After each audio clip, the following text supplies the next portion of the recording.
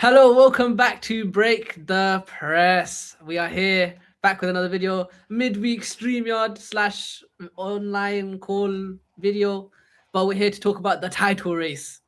Brighton lose at home to Arsenal 1-0 from a Bukayo Saka shot, and Man City draw 2-2 at the Etihad against Nottingham Forest. It's been a bit of a time, lads. How are you guys feeling in general? We don't have to talk about football yet.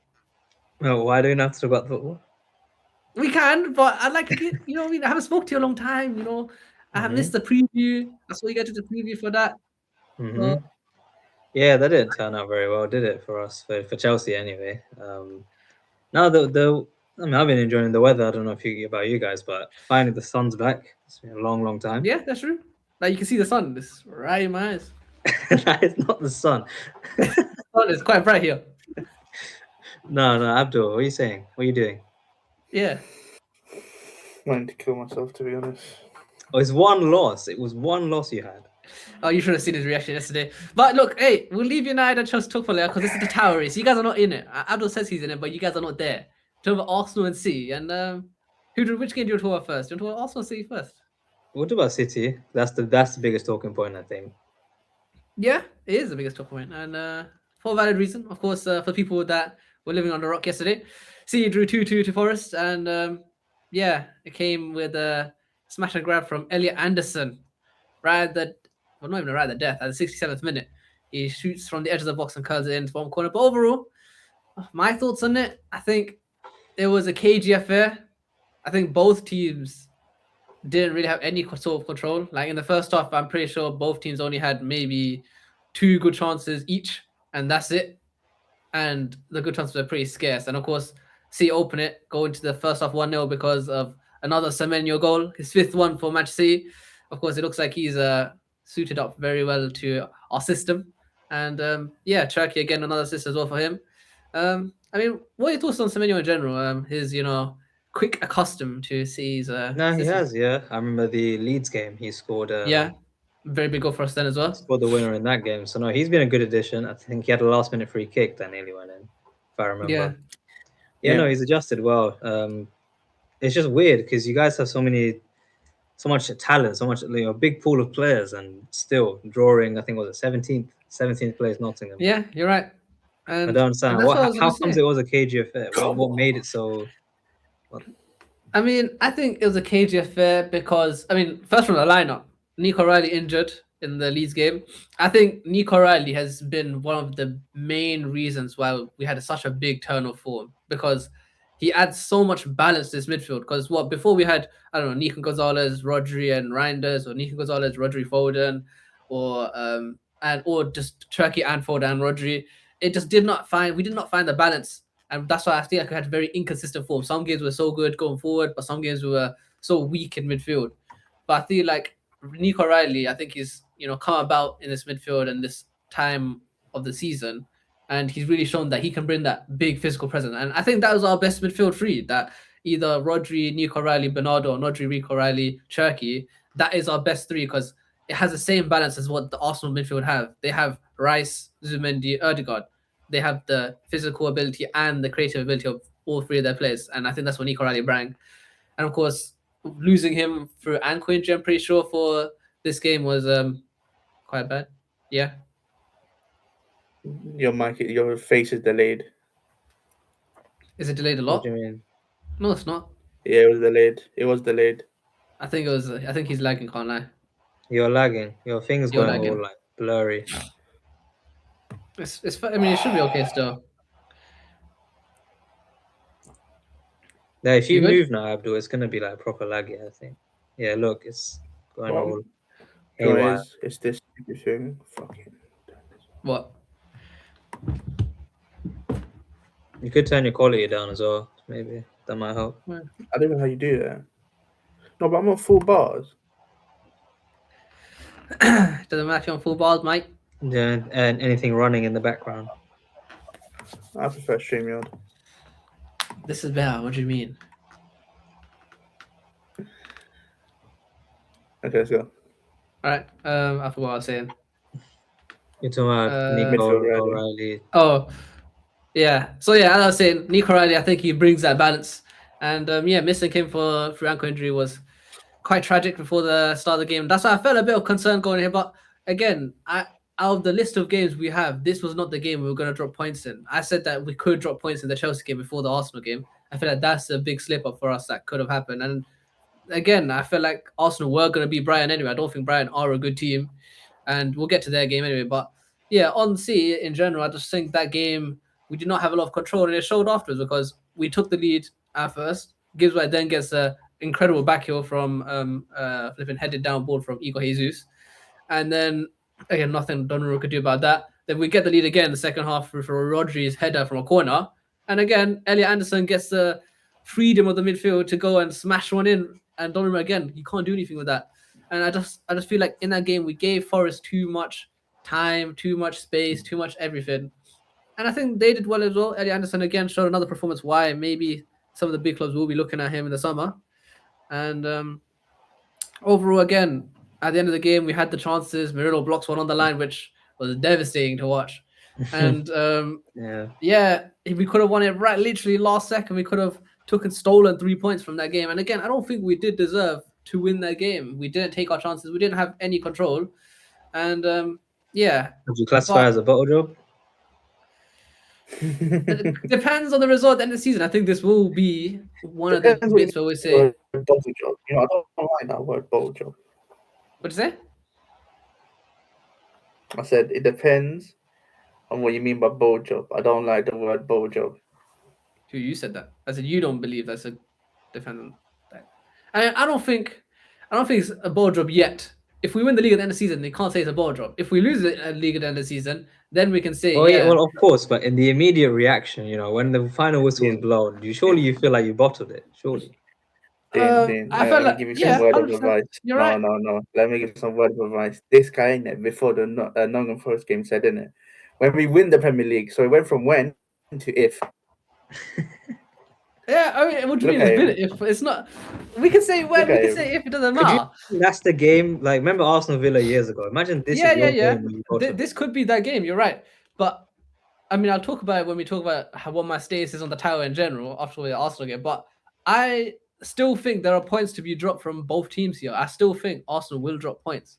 I don't think Arsenal. I mean, I said this before when we were talking about these run-ins and stuff. When we were 4 points, 5 points behind them, and they had a game in hand. Lost the literally before this game, basically. I was saying that both teams will drop points. Either we will drop it at Chelsea, they could drop it at Villa, or they could drop it at Palace. We're not going 9 games in a row. It's impossible. And that's fair.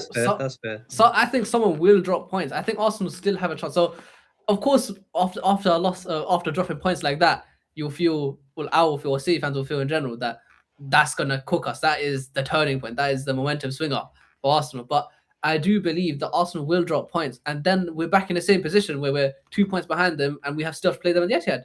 So look, I think things can change, but of course, it drops the percentage down from 90% to 60-70%. You lost your guarantee. If you had won all your games, you're right. But when people said that, did you really believe City or Arsenal were going to win 9 games in a row? You've had some crazy runs at the end. I did Arsenal. Done it before. Yeah, you're right. But that's really good at the end of the season. Yeah, no, you're right. But I just don't think that is what this City team is right now. This City team are the type of team, or this Arsenal team are the type of team to go 9 games in a row like the old Liverpool City races we had before. I don't think they have that. I don't think they had that at all. And I think it shows by the points tallies that everyone else in the league is getting that a lot of teams are dropping points to teams that maybe they shouldn't be losing to. And you saw already, Wolves already, we'll talk about that as well. Wolves beat Liverpool over the weekend. So there are teams that can do damage to the big dogs in the league, to be honest. Abdo, any words? I think it's a disappointing result, you could say, especially in the run that City is going into right now. With the Champions League, FA Cup, compared to Arsenal, we've got an easy run at it. It's just... I just think this is an indictment of your whole season. You have these good spells, but then the bad game will happen. And that's the reason why you're behind Arsenal. Because Arsenal have, let's be honest, they've not been flawless either. But they can drop points, knowing that you're going to drop points. So They have the ability to see out I think. Wait, what's the gap now? 7. Is it 7? Yeah, 7. 7 with a game in hand. And let's say you don't win your game in hand, that goes to 10. And let's say Arsenal beat you, that goes to 13. No, by that point it's done. I think we know that. Yeah. I think if it gets more than 7 from this point here, it's cooked. Yeah, no, you're right. You're right. I believe that as well. I do believe that. But I'm going into this running thinking that Arsenal will drop points and that we will get that 2 points with the game. Well, 2 points. I just don't think they will. Back. I think they will. I don't think they're not invincible. This team is not invincible at all. Yeah, I know they lost already this season, mate. Exactly. But it's just like they're a nasty football team. Let's be honest. And like, yeah, you know how they're gonna get them. You know how they're gonna get their goal to save them. You know we should talk about that. I mean, yeah, we'll talk about that. I mean, that goal they scored was. Yeah, again, we'll talk about Brighton 0, Arsenal 1. Comes from an early Saka goal. I think what was it 4? Was it 3 or 5 minutes in? I can't remember how much it was. Was it 6? 6. It was 9 minutes in. 9 minutes in. 9 minutes in. Saka gets a shot from way out, edge of the box, straight out of Barberbruggen, and he just taps into his own net. Yeah, and then and again, in that game, I mean, look, you miss every shot you don't take, and I can't hate on Saka taking the shot there and going in. No, I'm not hating. It's just frustrating to Yeah, it's right. Fan. You imagine especially for you considering you're trying to win the title yourself, and you just see a goal like that go. That's the thing. That's the thing. Look, my opinion now is so different to what it was before. It's more like I can't even care about if Arsenal win or lose now because I know that we will drop points. That's the point. If we were to see your team where we're winning or we're going to games saying we're going to win every game or whatever, and we could say that these 9 games we can win these 9 games. We're not that team. We can't. I don't believe that we could go on that streak. And if Arsenal drop points or not, it doesn't matter if we don't capitalize and we're dropping points as well. But yeah, talk about this game. I mean, Arsenal didn't really have control in that game. They gave the ball to Brighton. Brighton end of the game with more possession than Arsenal. They had the whole goal line clearance issue. Yeah. Themselves, Gabriel had to clear you're right. shot. Gabriel cleared off an early chip from Baleba from a Raya mistake. And I don't think Arsenal were convincing. But again, they did their job. They got the goal early, and to be honest, it looked like they just defended it out. Fabian Hurstler is not very happy. Seems to be very upset with. Can't play football. Yeah, he just wants to play football. And to be fair, I didn't even know because I didn't see the full game or anything because I was watching the City game. But apparently, Arsenal wasted 30 minutes of time in restarts. 30 minutes. 30 minutes. This is 3-0. They'll find a way. They'll find a way to win. How did they waste as in, literally, as in not being able to restart and things like this, delaying the restarts. How many times Raya kept falling on the floor? 3-0. When I saw I had to fact check. I was like, "There's no way." 30 minutes. That's like a third of the game. How do you even waste 30 minutes of time? And they're not from fouls from Brighton or No, it's those 30 minutes of Arsenal restarting play. I don't know if it does include all the stoppages, but still, 30 minutes of not playing football but counted the time is ridiculous. Yeah, no, but this is an ongoing problem in football in general. I tried highlighting this but 30 minutes is enough. Is something crazy. But again, look, of course, Real fans will go crazy, and of course, there's been a lot of outlash for it or backlash, whatever, for the fact that Arsenal will be one of the worst winners. Arsenal is such a dirty club, whatever. But the way I see it is that at this point in the season, performance does not matter. If we went and did that against Forest or wasted time when we were 2-1 up from the 67th minute, it does not matter. If we win the game, we're not talking about that. And if Arsenal win the game, we can talk about it, but in the end, they won't give a crap. If they win the league at the end of the season, we won't be saying, "Oh, yeah, but do you remember that time at the Amex when they wasted 30 minutes?" Nah, they will be saying, "No, that's our first time in 20-something years." So that is a situation, and City fans can be upset. Everyone can be upset, but they got the 3 points, and that's what matters. And if we got the 3 points like that, we'll be celebrating it. So again, I wouldn't hate Arsenal specifically. It's maybe more of a problem on football in across general. Football. Yeah, maybe. Yeah, that's just more of an issue in the wider sport. But yeah, no, they get their 3 points. They're one step closer to the title now. It's not in your hands anymore. 8 games. They only need to win 8 games. Or not even win 8 games. They need to win 7 and drop. They can draw 1. They can win 7 and draw 1 and they'll still be ahead. So it's not a lot of games left. Not a lot of time for City to catch up. What are your guys' thoughts in general in the title? Do you think it's done now? Do you think it's over?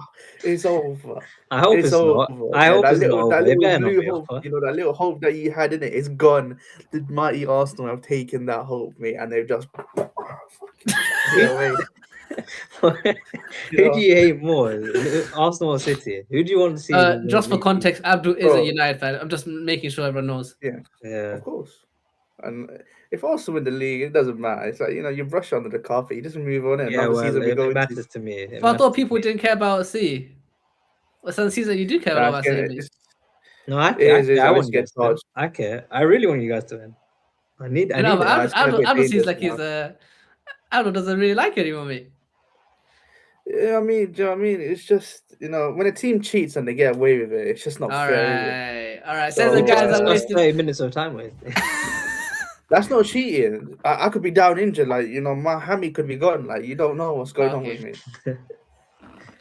Are you sure there were specific like incidents that led to like a significant? Yeah, it must have been like balls out of play. Yeah, no. Literally, there was a lot of late restarts for balls out of play. A lot of late restarts for the keeper not coming up. Apparently, I mean, I didn't see everything. You see what I think Hincapié did to Fabio Hurtado? Yeah. I saw he shushed him when. He shushed him. Yeah, Fabian Hurtado said, "Play effing football," and Hincapié just went like this, and then took the throw in. And he's still time wasting in front of him. They gotta do. Yeah, no, you're right. But Abdul, so is it Fabio done now? I'd like to bring a point. I think it's done, but I'd like to bring a point. I think, Dean, I made this point to you on the preview, whatever it was. Let's say City do get charged, right? Let's say they do get charged. Mm-hmm. The maximum penalty is apparently 60 points. Yeah, I saw that. And there was like a table. Put them like -4. Yeah. -4, which would mean you would need 30-something points to get out of relegation in the next. Yeah, but again, you know it's not gonna happen. You know, these are whimsical reality, like fantasy. Yeah. I'll beat it. I'll make sure it happens. All right, mate. Dean, what are your thoughts on the title race? Okay. It's all done. No, it's going to be interesting. We're all complaining about how boring football is and how it's stale is, but at least we're going to have a very competitive title challenge. I think this season is going to be very competitive in terms of this running. There's a lot at stake. I think this Tottenham still have a possibility to go down. Especially with the results at West Ham and Forest. Yesterday they were only 1 point behind Tottenham now in the relegation scrap. Yeah, the results are all like entertaining and fun. I think the actual state of watching a 90-minute match is not what it used to be. But the fun around it or the drama is. It depends on the team you watch. You just scored 4 goals about not having fun. No, we're one of the teams recently playing nicer football, except the Arsenal game. But you know, in general, better. But do you think it is an Arsenal fans? Do you think Arsenal are the favourites to take it now? Yes. Do you think they have it what it takes? I don't think it's. You can tell. I think after the City Arsenal game is only we're going to be able to actually know. I can't tell now. Because 1 week ago we were complaining about the Arsenal Wolves game. We were saying like, they bottled it. It's done. It's done. There's no chance. And now look, we're looking at City thinking it's over. It's just 1 week we've got a new opinion. So you're saying we have a chance? Yeah, of course you still have a chance. Yeah, why would you not? There is hope. Yeah, you still believe you got 60%. So I mean, yeah, that is my percentage. I want them to come get the hope in and just tear it all up.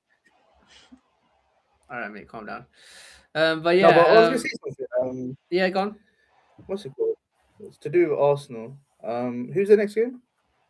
Everton at home. 3 points there.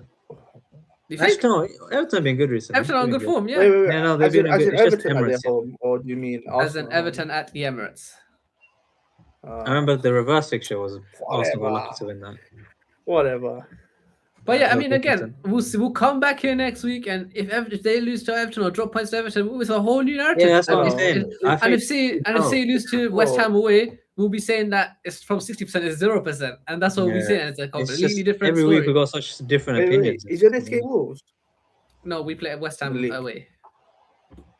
Oh my God, West Ham, please, please, come on, West Ham, come on, you Irons, All right.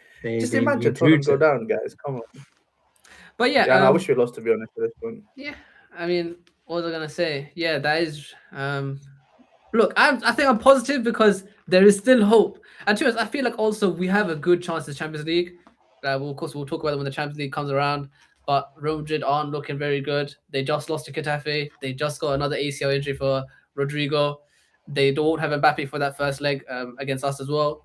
They don't Alba's have out. Bellingham as well for that first leg. Alba's out. They are an injury-ridden team. They're going to be forced to play Frank Master Tuono, and he's had only 3 good games this season. He's injured as well. That's lucky for Real Madrid. Yeah. So he's not that bad. I don't know. I swear, I promise you, Real Madrid fans have literally said that he's only had 3 good performances. They said that before he was, the next Messi, and then now he's Argentinian Eminem. So we don't have to have any say in us. But yeah, look, I think that's the Towers talk. I think we're still in it. I don't think we're out of it. And Dean is sitting on the fence. So it's quite even distribution of our opinions on this. And we'll catch you on the next video. Maybe Abra will be there for the next one, and we'll see what the Towers has in hold for us next week. Take care, people.